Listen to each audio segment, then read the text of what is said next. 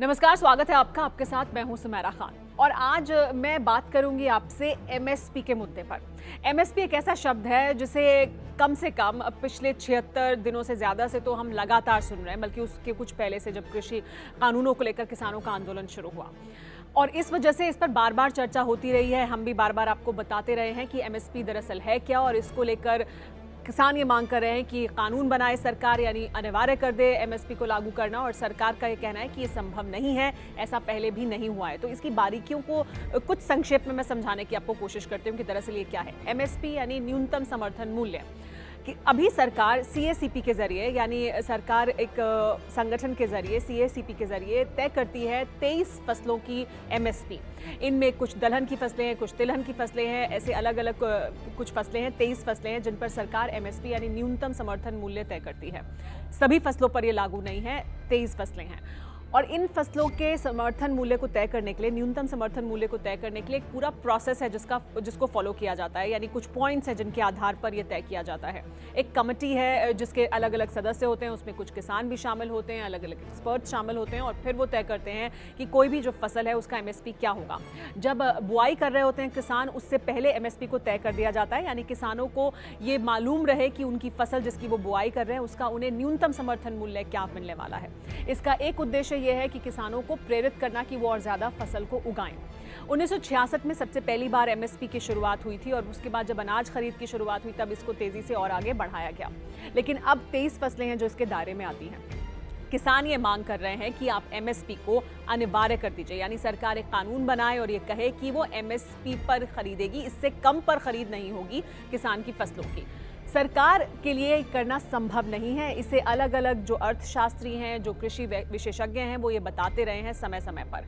क्यों संभव नहीं है? क्योंकि अभी भी जो सरकार खरीद कर रही है, सरकार की जो कुल जो कमाई है, अगर सरकार एमएसपी पर खरीद करने लगेगी किसानों से उनकी फसलों को, तो सरकार को लगभग 17 लाख करोड़ रुपए खर्च करने पड़ेंगे, जो सरकार की जो आमदनी है उससे भी ज़्यादा का खर्च है। क्या सरकार इसे वहन कर सकती है? नहीं कर सकती है। अगर सरकार एमएसपी को अनिवार्य कर देगी और कीमतें बढ़ेंगी, और अभी भी भारत में जो अनाज की कीमतें हैं वो ज़्यादा हैं अंतर्राष्ट्रीय मार्केट से, और बहुत सी ऐसी जगहें हैं जहाँ पर उससे बहुत कम लागत में या कीमत में आपको अनाज या बाकी जो फसलें हैं वो मिल सकती हैं, ख़रीद सकते हैं। तो जो व्यापारी हैं वो देश से क्यों ख़रीदेंगे? वो बाहर से, विदेश से ख़रीदना चाहेंगे, या वो कम लागत पर ख़रीदना चाहेंगे, या फिर अगर वो ख़रीद भी लेते हैं क्योंकि अनिवार्य है या इसके अलावा उनके पास कोई ऑप्शन नहीं है, सरकार अगर उन्हें बाहर से एक्सपोर्ट करने की इजाज़त नहीं देती है, तो फिर वो उसे आगे कहाँ बेचेंगे? इसका मतलब लगातार जो अनाज है उसकी कीमत बढ़ती जाएगी। तो इस तरह के तमाम तर्क हैं जो दिए जाते रहे हैं, और इससे पहले भी कभी ऐसा नहीं हुआ है कि एमएसपी को कानून के तौर पर लागू किया जाए। सरकार अभी ये कह रही है लगातार कि एमएसपी है, एमएसपी रहने वाला है, और हम एमएसपी को खत्म नहीं कर रहे। यानी जिन फसलों पर अभी भी सरकार एमएसपी दे रही है, जिस प्रक्रिया के तहत दे रही है, वो आगे भी लागू रहने वाली है। फिर किसान इस बात पर क्यों अड़े हैं कि वो चाहते हैं कि एमएसपी को लागू किया जाए?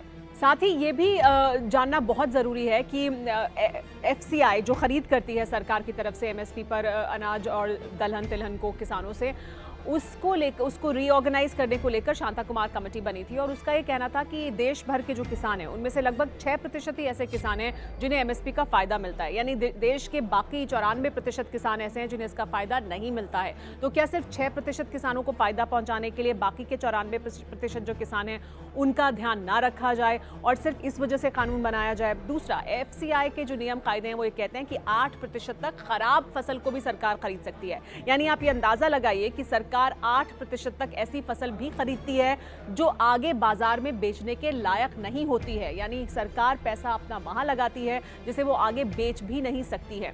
इस तरह से सरकार अगर अपना पैसा, और जो हम सब का पैसा है, सरकार का अपना पैसा नहीं है, वो देश का पैसा है, हम सब नागरिकों का पैसा है, उस पैसे को सरकार अगर ऐसी फसलों के खरीद के लिए या ऐसे एक गड्ढे में डालती रहेगी जहां से उसको फायदा नहीं हो रहा है।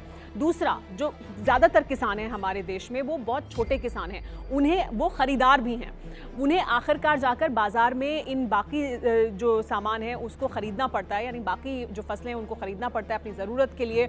अगर कीमतें बढ़ेंगी तो उनके लिए भी बाजार में खरीदार के तौर पर अनाज को या बाकी जो दाल है या तेल है इनको खरीदना उनके लिए भी असंभव हो जाएगा, उनके लिए भी मुश्किल होता जाएगा समय के साथ और महंगाई भी बढ़ती जाएगी। तो ये किसानों को भी, जो ज़्यादातर देश के किसान हैं, उन्हें फ़ायदा पहुंचाने वाला नहीं है। और इसी वजह से ये तर्क बार बार दिया जाता है सरकार की तरफ से भी कि जो व्यवस्था है वो लागू रहेगी, लेकिन इसे कानून के तौर पर अनिवार्य बनाने से सरकार के लिए दिक्कतें बहुत ज़्यादा बढ़ जाएंगी, खर्चा बहुत ज़्यादा बढ़ जाएगा और इससे देश की अर्थव्यवस्था को भी और कृषि क्षेत्र को, साथ ही छोटे किसानों को भी फायदा नहीं होगा। मैंने कोशिश की कि आपको मैं समझाऊं कि एमएसपी को कानून बनाने के सामने दिक्कतें किस तरह की हैं और एमएसपी को लेकर जो सरकार बार बार कहती रही है कि इसका कानून नहीं बनाया जा सकता, तो वो क्यों नहीं बनाया जा सकता। उम्मीद है आपको ज़रूर कुछ मुद्दे ज़रूर समझ आए होंगे।